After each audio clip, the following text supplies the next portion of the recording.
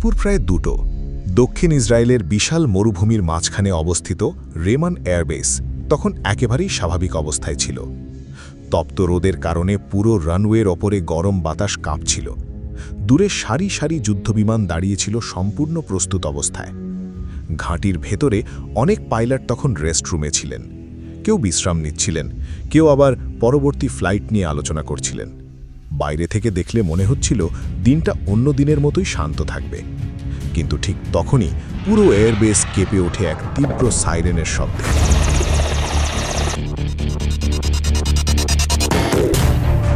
এক সেকেন্ডের মধ্যেই পরিবেশ বদলে যায়। এটি ছিল ইমার্জেন্সি অ্যালার্ম, অর্থাৎ এখনই যুদ্ধবিমান উড়াতে হবে। পাইলটরা কোনো সময় নষ্ট না করে দ্রুত রুম থেকে বেরিয়ে আসতে শুরু করেন, কারণ তারা জানতেন এই ধরনের অ্যালার্ম সাধারণত তখনই বাজানো হয় যখন দেশের আকাশসীমায় অজানা কোনো বিপদ ধরা পড়ে। কিন্তু এখানে একটা বড় সমস্যা ছিল।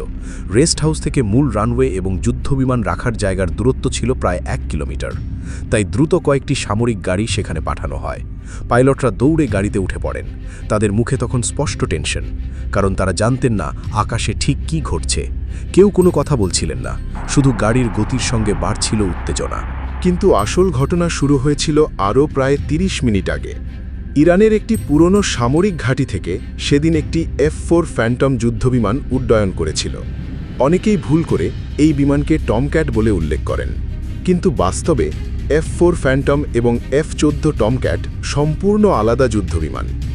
F-4 ফ্যান্টম বহু পুরনো হলেও এখনও ইরান সীমিতভাবে এই বিমান ব্যবহার করে, কারণ বিমানটির গতি অনেক বেশি এবং এটি দীর্ঘ সময় আকাশে থাকতে পারে। যদিও আধুনিক যুদ্ধবিমানের তুলনায় প্রযুক্তিগতভাবে এটি অনেক পিছিয়ে, তবুও অভিজ্ঞ পাইলটদের হাতে এই বিমান এখনও বিপজ্জনক হয়ে উঠতে পারে। সেদিনের ফ্লাইটটি ছিল নিয়মিত সামরিক মহড়ার একটি অংশ। পাইলট ছিলেন অত্যন্ত অভিজ্ঞ। শুরুতে সবকিছুই স্বাভাবিক ছিল। বিমানটি নির্ধারিত রুট ধরে ইরানের আকাশে উড়ছিল। কন্ট্রোল রুম থেকেও সবকিছু স্বাভাবিক দেখা যাচ্ছিল। রাডার স্ক্রিনে বিমানটির অবস্থান নিয়মিত আপডেট হচ্ছিল। কোনো ধরনের সন্দেহ তখনও তৈরি হয়নি।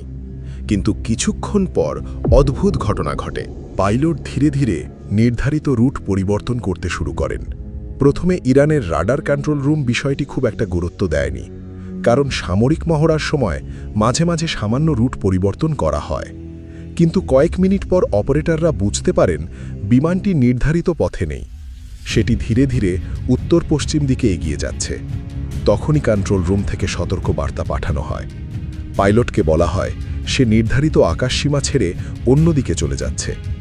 পাইলট শান্ত গলায় উত্তর দেয় সে বিষয়টি ঠিক করছে এবং তাকে কিছুটা সময় দিতে হবে।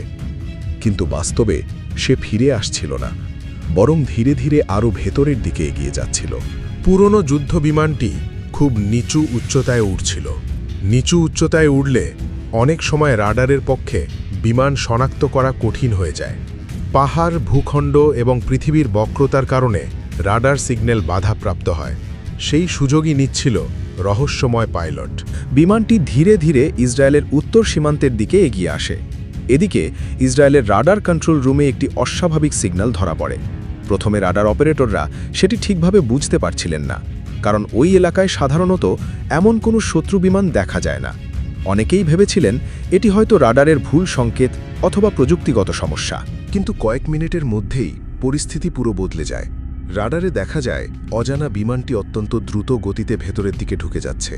তখনই জরুরি অ্যালার্ম বাজানো হয়। রেমান এয়ারবেজে থাকা পাইলটদের দ্রুত যুদ্ধবিমান উড্ডয়নের নির্দেশ দেওয়া হয়। পুরো ঘাঁটিতে তখন যুদ্ধকালীন পরিস্থিতি তৈরি হয়ে যায়। গ্রাউন্ড ক্রুরা দ্রুত যুদ্ধবিমান প্রস্তুত করতে শুরু করে। রানওয়ের চারপাশে সামরিক যানবাহনের তীব্র গতিবিধি দেখা যায়। কয়েক মিনিট পর পরিস্থিতি আরও জটিল হয়ে ওঠে। রহস্যময় সেই বিমান হঠাৎ করেই একটি গাইডেড মিসাইল নিক্ষেপ করে। দূরে একটি সামরিক স্থাপনার দিক থেকে ধোঁয়া উঠতে দেখা যায়। মুহূর্তের মধ্যেই পুরো এলাকায় আতঙ্ক ছড়িয়ে পড়ে।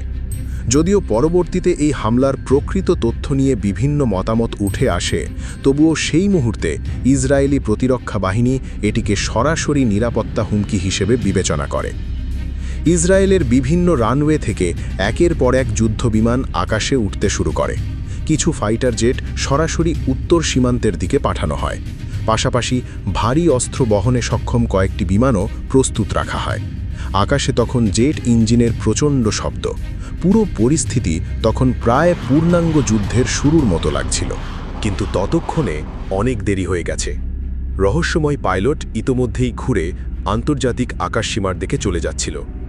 তার পরিকল্পনা ছিল খুব দ্রুত সংঘর্ষ এলাকা ছেড়ে বেরিয়ে যাওয়া, কারণ সে জানত আন্তর্জাতিক আকাশসীমায় পৌঁছে গেলে তাকে সরাসরি আক্রমণ করা রাজনৈতিকভাবে জটিল হয়ে উঠতে পারে।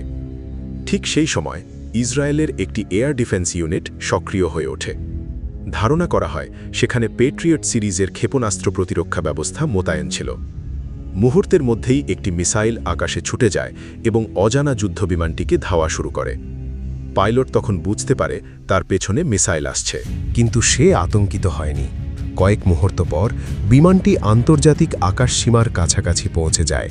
এরপর ধাওয়া করা মিসাইলের ট্র্যাকিং বন্ধ হয়ে যায়। ঘটনার পর পুরো মধ্যপ্রাচ্যে ব্যাপক আলোচনা শুরু হয়। আন্তর্জাতিক সংবাদ মাধ্যমে এই ঘটনা নিয়ে নানা বিশ্লেষণ প্রকাশিত হতে থাকে।